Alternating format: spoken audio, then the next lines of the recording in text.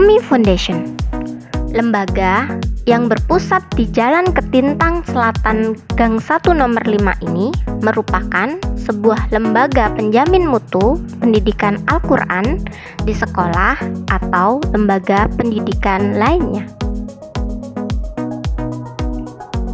UMI Foundation memberikan support system pada sekolah-sekolah atau lembaga lainnya agar setiap siswa atau santri terlayani dengan baik pendidikan Al-Qur'annya.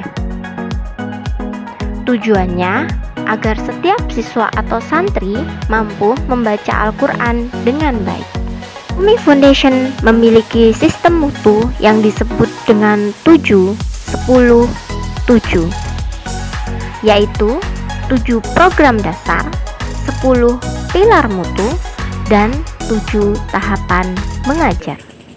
Assalamualaikum warahmatullahi wabarakatuh. Baik pemirsa, berjumpa lagi bersama saya dalam program yang selalu dinanti-nantikan. Ya, program yang selalu dirindukan. Ilmani Inspiratif, inspirasi untuk kamu.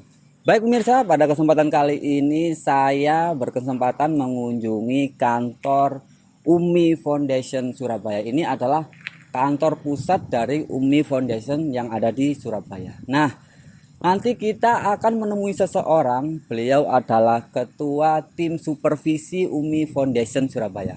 Nah, kira-kira seperti apa perbincangan saya dengan beliau? Yuk, ikuti kita terus.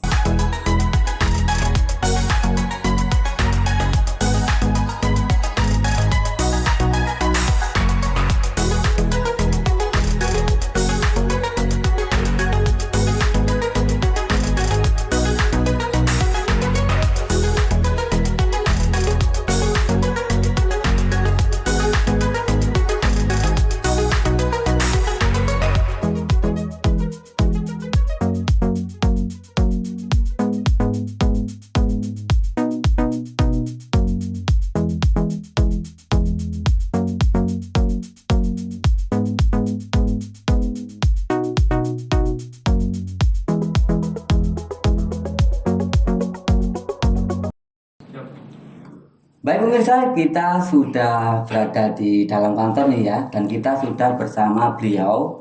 Siapakah beliau? Ya, beliau adalah Ustadz Haji Ahmad Yusuf MS MPD. Ya, langsung saja kita ngobrol dengan beliau biar lebih kenal lebih dalam ya bagaimana sepak terjang beliau di UMI Foundation Surabaya ini ya. Baik, Assalamualaikum Ustadz. Waalaikumsalam warahmatullahi wabarakatuh. Ya, sehat ya? Alhamdulillah sehat walafiat. Keluarga di rumah sehat? Alhamdulillah sehat-sehat. Ini Mas Hafid gimana? Sehat? Alhamdulillah sehat. Alhamdulillah sehat. Ya, baik pemirsa, beliau ini juga sebagai salah satu wali santri SD Islam Terpadu Gilmani Surabaya. Baik Ustadz, tadi sebelum saya kesini sempat itu Ustadz membaca sedikit buku UMI gitu loh. Di situ ada biodata jenengan gitu saya lihat. Nah, berdasarkan biodata tersebut, perjalanan karir Ustadz itu tidak terpisah dari Al-Qur'an. Nah, mungkin bisa diceritakan sedikit ke pemirsa yang di rumah bagaimana kiprah jenengan di bidang Al-Qur'an itu sendiri. Kok selama ini karirnya ya dekat dengan Al-Qur'an seperti itu Ustadz. Baik, terima kasih Ustadz. Alhamdulillah. Kebetulan kami dilahirkan dari seorang ayah yang juga berlatar belakang guru ngaji, guru pengajar Al-Quran, dan juga guru agama di Kabupaten Sampang saat ya. Orang tua kami mendorong anak-anaknya ketika nanti dewasa dan sebagainya agar senantiasa terus jangan sampai melupakan belajar Al-Quran dan mengajarkannya dimanapun kita tinggal, mungkin suatu saat menikah atau sebagainya. Itu pesan-pesan beliau begitu. Dan alhamdulillah abi kami sampai hari ini masih tetap mengajar Al-Quran di rumah Ustaz. Masih ada? Masih, alhamdulillah. Usianya mungkin abi kami sudah hampir 80-an Ustaz. 80-an. Tapi masih segar bugar ya. Di rumah kebetulan ada musola di rumah sendiri, dan yang ngaji ya santri-santri di tetangga itu di kampung itu sekitar 50-an lah. Alhamdulillah sampai hari ini beliau masih diberi kesehatan Allah Subhanahu wa taala. Alhamdulillah. Yang kedua, kenapa kami kok berinteraksi dalam Quran ya karena ketika kami kuliah di Surabaya Ustaz, tahun sekitar 91 ya. Di sela-sela kuliah kami kan masih banyak waktu yang longgar Ustaz. Siang hari itu kami kadang-kadang belajar Al-Quran kepada ada qori di Surabaya itu di Buren itu Ustaz, ada Ustaz Haji Abdul Hamid yang sekarang menjadi Imam Masjid Al-Akbar itu. Kita pernah belajar qiraat ke beliaunya, belajar tilawah. Beliau kan qori juara Asia. Masya Allah, luar biasa. Pernah belajar juga ke Ustaz yang di Gresik itu almarhum Kiai Haji Muhammad Toha Hasan. Ya Toha Hasan almarhum beliau qori juga ya. Kemudian ke Ustazul Hilmi yang Haji Ahmadul Hilmi di Ampel Ustaz. Dan kami juga belajar ke Abina Haji Ahmad Yahyaudin di ini. Dulu kami mulai 91 tuh belajar kok siang itu di Keputaran Ustaz. Keputaran Mbak Jumatan biasanya. Tahun berapa itu? 91 terus kami Mbak Jumatan biasanya ke sana siang. Kadang-kadang di Keputaran, kadang di Pasar Kembang. Oh iya, Pasar Kembang. Kami setelah habis Jumatan ke sana biasanya gitu. Dan itulah yang motivasi kami untuk terus dekat dengan para ulama, dekat dengan para ahli Al-Quran, dan yang berikutnya kami juga di sela-sela kuliah, kalau siang hari, sore hari kami aktif di unit kegiatan Quran dan Islam, UKKI di IKIP di Negeri Surabaya, sekarang desa namanya. Jadi situlah kami banyak belajar Al-Quran, banyak belajar bagaimana menjadi guru pengajar Al-Quran, dan training-training kami dapatkan cukup banyak ketika kami selama kuliah di IKIP itu terkait dengan bagaimana menjadi guru Al-Quran yang baik. Berarti memang sudah dari kecil sudah didikannya itu memang benar-benar dekat dengan Al-Quran. Alhamdulillah Ustaz. Orang tua memang mendorong anak-anaknya untuk senantiasa belajar Al-Quran. Berarti sebelum jenengan istilahnya kuliah atau sebelum sekolah lah sudah dibesarkan dari api bahwa wis ya apa carane ngajar Al-Quran, belajar dan ngajar Al-Quran. Insyaallah gitu. Baik, nah ini mungkin pemirsa yang di rumah juga ingin tahu ini kan, kita tahu bahwa Umi sudah seperti ini ya. Bagaimana awal mula terpikir jenengan untuk membuat metode Umi? Nah, gimana ini? Yang mendorong pertama kali kami menyusun itu adalah beliau, guru kami juga Ustaz Mas Luri. Ustaz Mas Luri yang sekarang menjadi Direktur Umi Foundation. Beliau sering melihat bahwa kebutuhan sekolah-sekolah Islam terhadap pembelajaran Al-Quran itu dirasa semakin lama kan semakin besar. Ditunjukkan dengan jumlah jam mata pelajaran yang di sekolah kan kadang-kadang mempunyai porsi terbesar bahkan dibanding mata pelajaran yang lainnya. Itu butuh dikelola dengan baik, butuh dibuat sistem yang baik. Nah, disitulah kami diminta untuk menyusun buku metode Umi itu agar kita bisa memastikan anak-anak yang sekolah di lulusan SD atau MI itu bisa membaca Al-Quran dengan benar dan tartil, dengan kita buatkan sistemnya. Makanya metode Umi itu bukan sekedar menjual buku, tapi bagaimana sistem pembelajaran Al-Quran yang baik itu bisa diterapkan di sana. Jadi SDM-nya juga ya, nggak hanya sekedar buku. Ke bagaimana pengelolaan manajemennya, pengelolaan pembelajarannya, sampai ke taraf kalau di sekolah mungkin sampai ke penilaian dan sebagainya, sampai kepada penjagaan mutunya mungkin itu saja. Iya, benar. Nah ini Ustaz, kurikulum atau konsep apa yang membedakan metode Umi dengan metode yang lainnya? Baik, pada prinsipnya sebenarnya setiap metode itu sama, punya tujuan yang sama. Bagaimana setiap orang yang belajar dari metode itu bisa menghantarkan orang yang belajar Al-Quran itu bisa membaca dengan tartil. Itu ya. Ya, tetapi ada yang mungkin membedakan sedikit di Umi. Di Umi itu adalah kita punya seperangkat sistem, bukannya sekedar bagaimana buku itu dipakai, tapi sistem yang menjamin bagaimana pembelajaran Al-Quran itu bisa berjalan dengan baik. Kalau di metode Umi itu dikenal dengan 10 pilar sistem Umi. 10 pilar ya. Nah, kalau 10 pilar itu diterapkan semua di sebuah lembaga yang menggunakan metode Umi, saya yakin insya Allah pembelajaran akan baik. Apa itu? Mulai yang pertama, goodwill management, pengelolanya harus mendukung. Itu yang pertama ya. Sekolah, direktur pendidikannya, ketua yayasannya memang mendukung diterapkannya pembelajaran Al-Quran dan metode Umi di situ. Bentuk dukungannya ada mulai penyiapan SDM-nya, sarana prasarana yang dibutuhkan, sampai kepada upgrading gurunya kan tentunya butuh biaya, butuh support dan sebagainya itu. Kemudian yang kedua, guru-gurunya harus bersertifikat Umi. Sehingga anak itu kan tergantung guru juga ya. Kalau gurunya bagus, pasti hasilnya akan baik. Insya Allah bagus. Yang kedua, waktunya cukup memadai. Nah, di UMI itu kalau memungkinkan itu kalau bisa 4 sampai 5 hari dalam satu pekannya belajar Al-Quran. Gitu ya, Bukan hanya seminggu sekali atau seminggu 2 kali. Benar. Kemudian rasionya yang proporsional. Nah, karena kita belajar itu belajar kompetensi sampai ke skill, keahlian, sampai kelancaran, sehingga tidak bisa di kelas-kelas yang besar, harus dikecilkan. Nah, UMI mensyaratkan kalau bisa satu kelompok itu 10 maksimal 15. Nah, yang tidak kalah penting adalah koordinator yang handal. Koordinator itu mungkin separuh pekerjaan dari bagaimana menata sistem itu dari koordinator yang handal itu. Nah, selebihnya ada target yang jelas, master learning yang konsisten, kemudian ada kontrol kualitas, ya kalau di UMI namanya supervisi baik dari guru-guru, dari koordinator kepada guru-guru, dari tim UMI pusat kepada sekolah dan sebagainya. Dan yang terakhir adalah progress report, ya seperti munakosa sampai kepada hotbil Quran, itu kan bagian dari uji publik yang akan kita tampilkan kepada orang tua dan sebagainya.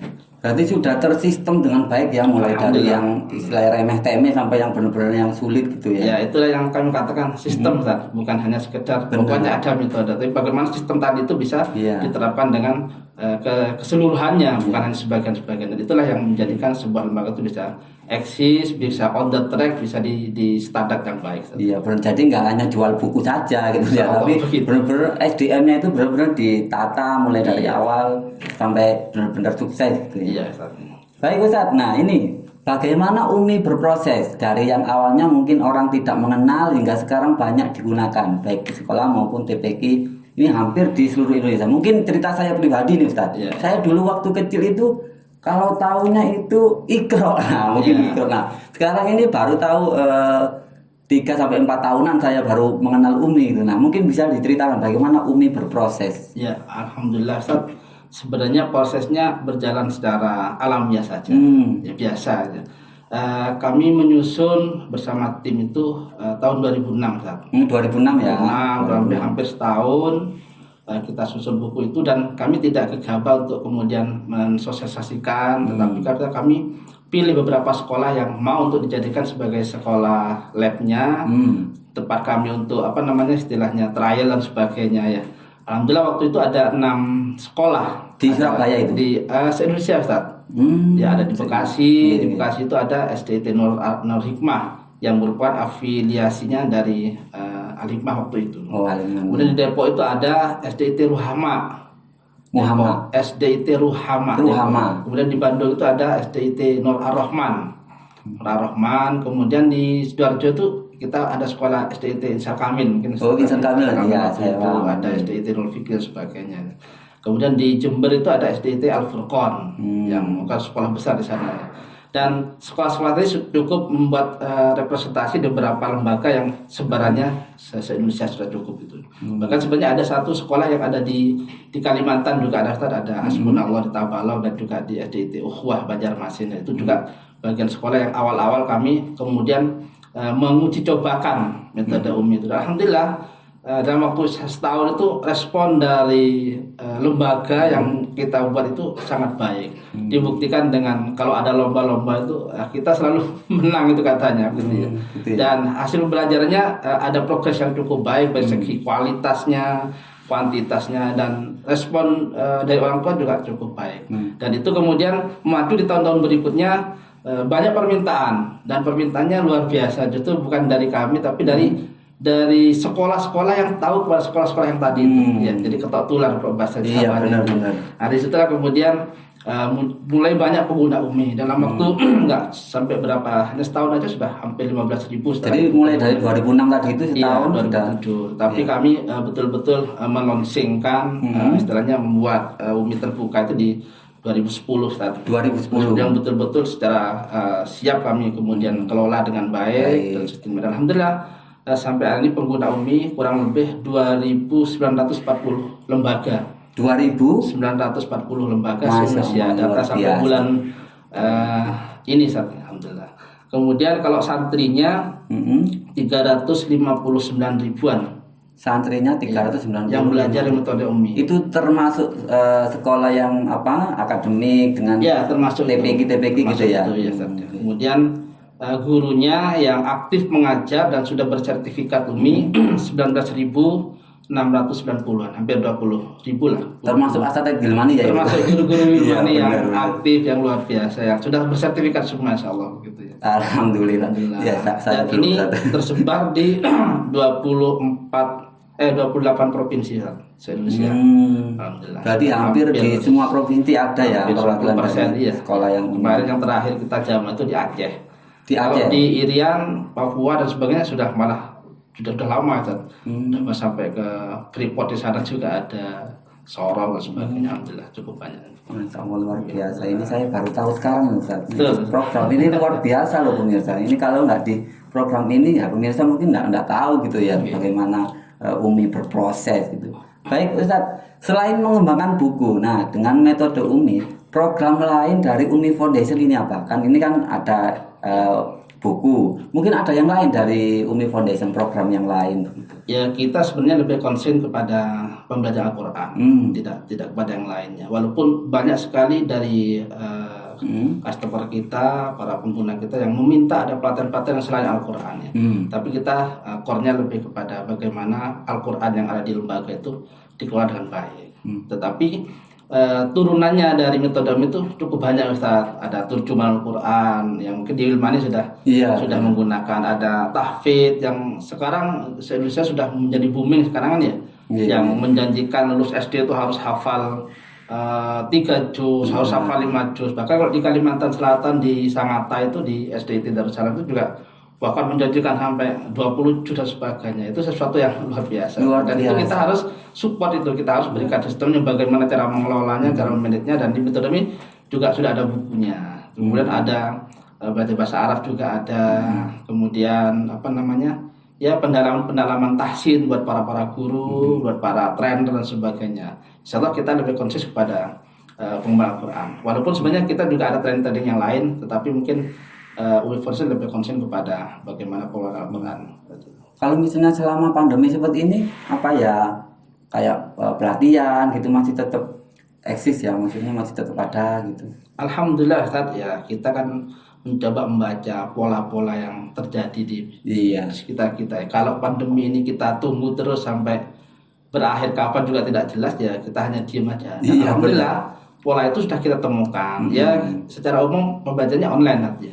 Training-training yang kita lakukan sampai hari ini itu di beberapa Umi daerah, baik Umi Foundation hari ini ya secara semuanya online. Tapi masih tetap ya. Masih tetap alhamdulillah. Pembinaan guru, supervisi pun jalan dengan online. Kemudian munakosah juga iya. Bahkan khotaman yang biasanya kita offline harus menghadirkan, kita bisa modifikasi. Ada yang online full, ada yang separuh online, separuh offline. Artinya ada yang dihadirkan walaupun hanya berapa anak, selebihnya di online kan karena memang batasan-batasan tadi boleh. Tapi intinya sebenarnya bisa kita lakukan. Upgrading guru, bahkan yang terakhir kita lakukan pada TOT kan, training of trainer para calon-calon trainer yang dijadikan trainer di daerah itu kita lakukan secara online. Tetapi justru dari online kita lah banyak mendapatkan sesuatu yang bermanfaat Ustaz.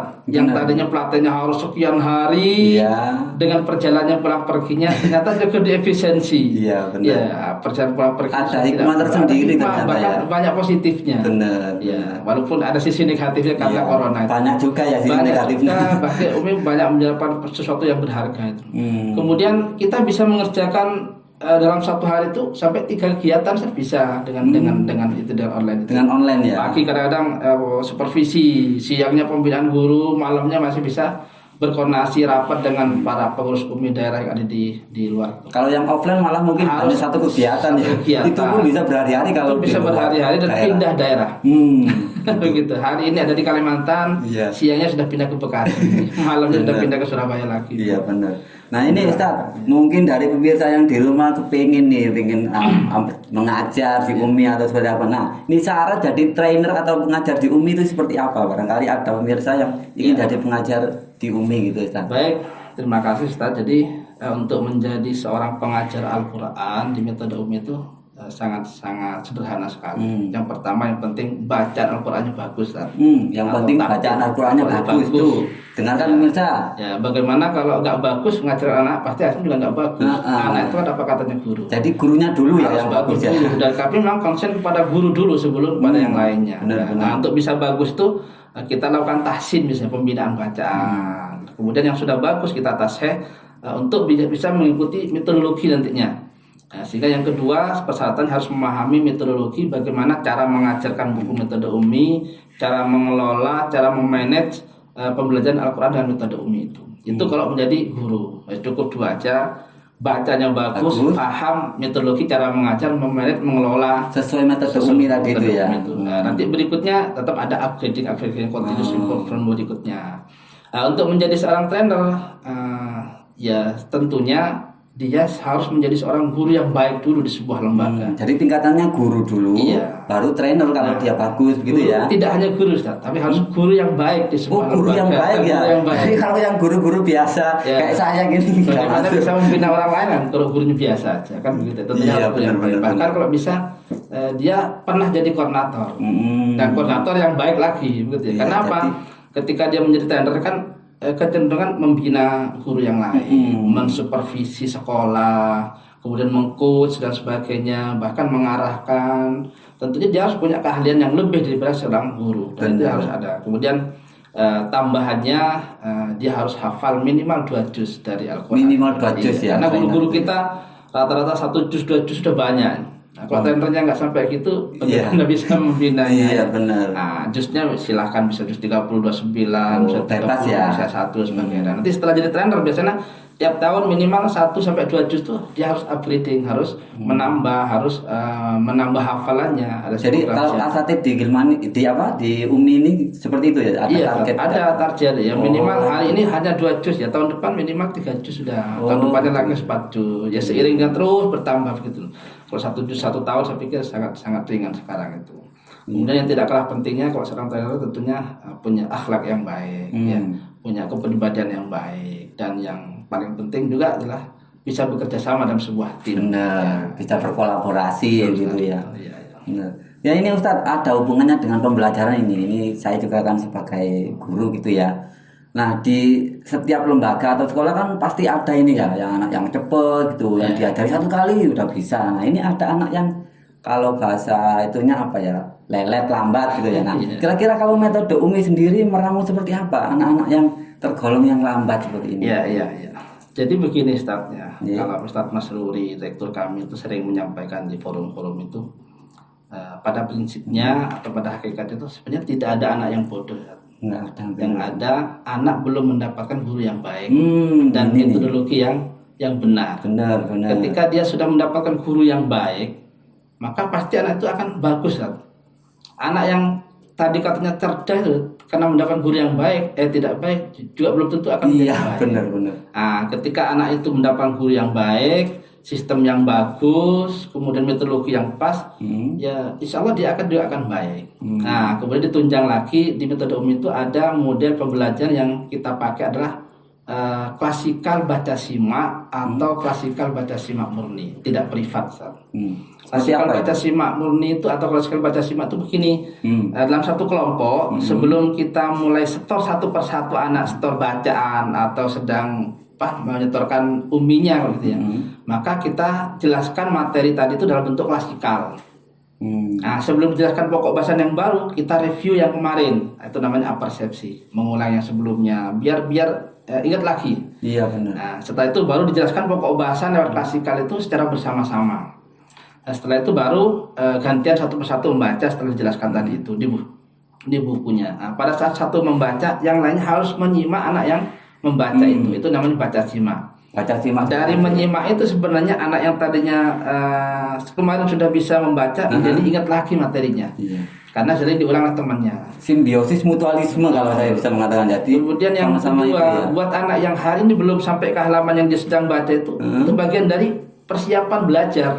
Dengan mendengarkan berkali-kali teman yang membaca di halaman di atasnya, dia jadi ngerti. Sehingga pas gilirannya dia membaca sudah lancar. Kalau pas baca simak murni itu jilid sama, halamannya dibuat sama semua.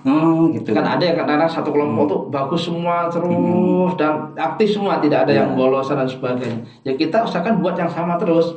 Seperti di kelas tadarus Al-Quran kan pasti sama surat ayatnya. Sehingga anak-anak yang kalau kita menemukan ada anak yang agak lambat, itu diberi kesempatan terakhir dia membaca sambil mendengarkan temannya membaca Yang sebelumnya itu ya. membaca. Pas giliran dia sudah semakin lancar dari belajar di Benar. teman-teman semua. Itulah bisa membantu anak-anak yang agak lambat. Itu pola-pola yang bisa ditambahkan buat anak-anak yang lambat dengan pola seperti itu. Kalau privat pasti nggak mendapatkan yang seperti itu. Itu mungkin salah satunya, dan mungkin banyak hal yang lain ya. Itu salah satu metode dari Umi sendiri ya, Iya. luar biasa. Baik, ini Ustaz, ya, Gilmani merupakan salah satu sekolah percontohan Umi. Nah, kira-kira apa sih syaratnya untuk menjadi percontohan? Nah, seperti apa Ustaz?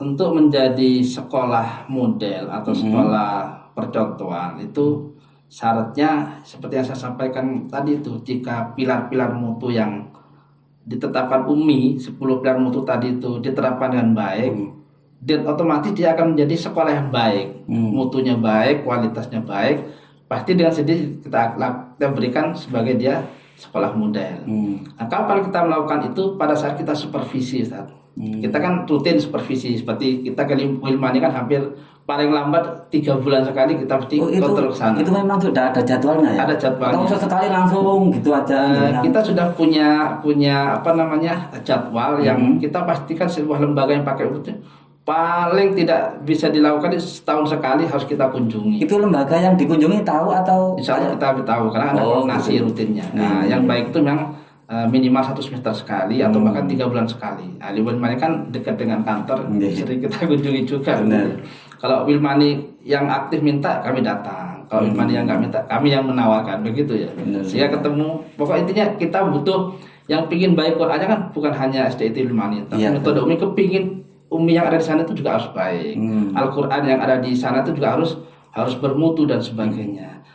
Ketika pilar-pilar tadi sudah bagus, goodwill manajemennya iya, guru-gurunya semuanya bersertifikat, tahapan-tahapan membaca ketika mengajar itu baik, kemudian rasionya juga sudah sesuai, waktunya sudah memenuhi, kemudian mastery learningnya, bahkan sampai ketika munakosa kan kita lihat tuh nilainya. Nilainya ternyata bagus-bagus, bahkan tidak ada satupun yang tidak lulus, tidak ada yang hair sama sekali. Bahkan ketika uji publik, wah sampai orang tua merasa puas dan sebagainya. Ditambah dengan ketika kita kunjungan supervisi, memang penerapan pembelajaran di kelas bagus, dan itulah kita layak untuk diberikan sertifikat sebagai sekolah model. Kalau di Dikdas mungkin akreditasi nilainya A. Kalau dan misalnya, yang mendapat sekolah model itu bukan hanya baik, harus sangat baik. Nilainya baik, ya? 91 ke atas. Berarti Gilmani termasuk amat sangat termasuk baik. Wilmani. Nah, ini nih pemirsa, harus dicatat nih ya. Tahun kemarin kita sudah memberikan sertifikat sekolah model pada saat khotaman. Itu sebagai apresiasi bahwa Wilmani telah menerapkan sistem itu. Ditambah lagi Wilmani kan lengkap programnya. Ada tartil, ada tahfidz, turjuman Al-Quran dan sebagainya. Itulah yang saya semakin yakin Wilmani layak untuk dijadikan Masya Allah, sekolah model. luar biasa. Ya, ini Ustaz, tadi kita menyangkut terkait Umi gitu ya. Mungkin sekarang lebih ke dalam lagi Ustaz. Ini Ananda Hafid dan Mas Hanif itu kan bersekolah di Gilmani. Nah, ini mungkin pemirsa yang di rumah ingin tahu juga ini, penasaran ini. Mengapa kok dengan pilih Gilmani? Nah, ya. Jadi yang menarik yang kami menyekolahkan di SDIT Lumani itu, yang pertama itu ada materi plus ya. Yang itu mungkin tidak semua sekolah ada. Benar. Kalau ada IPA, matematika, bahasa, saya pikir itu biasa semua ada gitu ya. Ya. Kemudian dari materi plus lah, saya kepingin anak saya itu punya pemahaman yang lebih dari sekedar menyekolahi sekolah lain.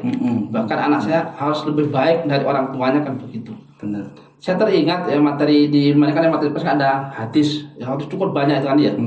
Bahkan seperti hadis arba'in itu kan ya. Nah, kemudian ada doa dan zikir yang cukup banyak. Ya, doanya banyak sekali, zikir-zikirnya panjang. Benar. Ada yang membuat saya itu menjadi tertarik itu ada materi Aqidatul Awam ya. Saya teringat materi Aqidatul Awam itu untuk mendapatkan materi itu saya dulu ketika saya kan sekolah negeri dulu SD-nya. Duhur pulang.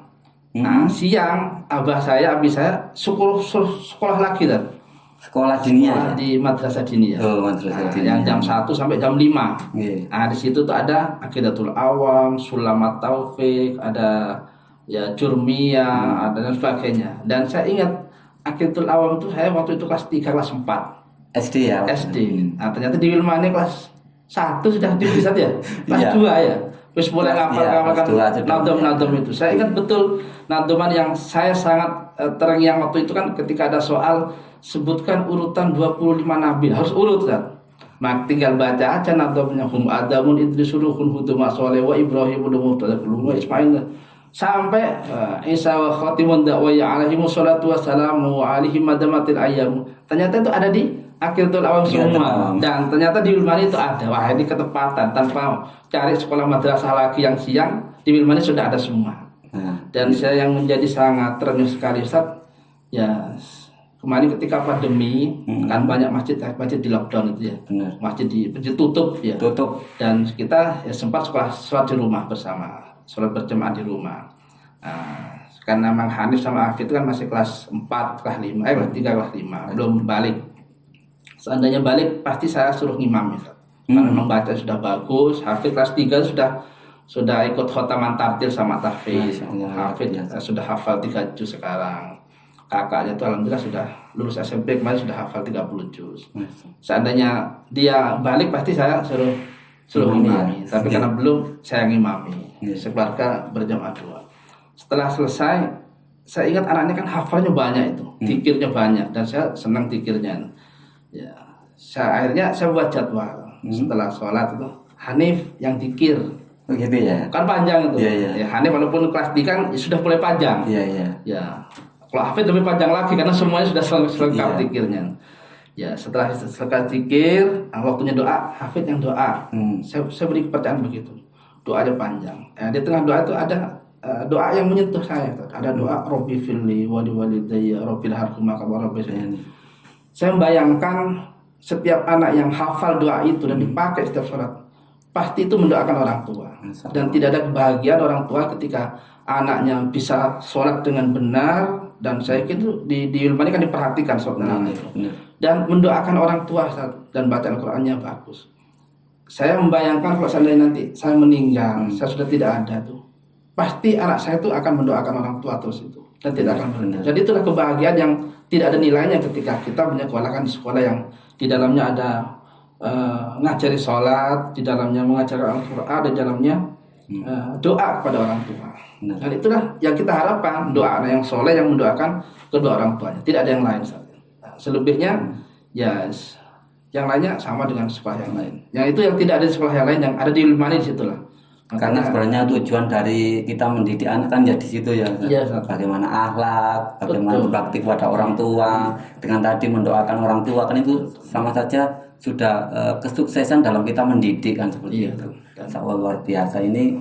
Kalau enggak seperti ini mungkin saya enggak tahu ceritanya seperti ini gitu. Ya, jadi rugi kalau enggak di Wilmani rasanya. Iya benar. Karena ini kita orang tua belum tentu bisa ngajar yang segitu banyaknya hadis, segitu runtutnya zikirnya, dan saya pikir zikir tadi itu yang diajar oleh Abina kepada para guru kita, dan berkahnya dari Abina yang itu insyaallah sampai kepada kita selanjutnya.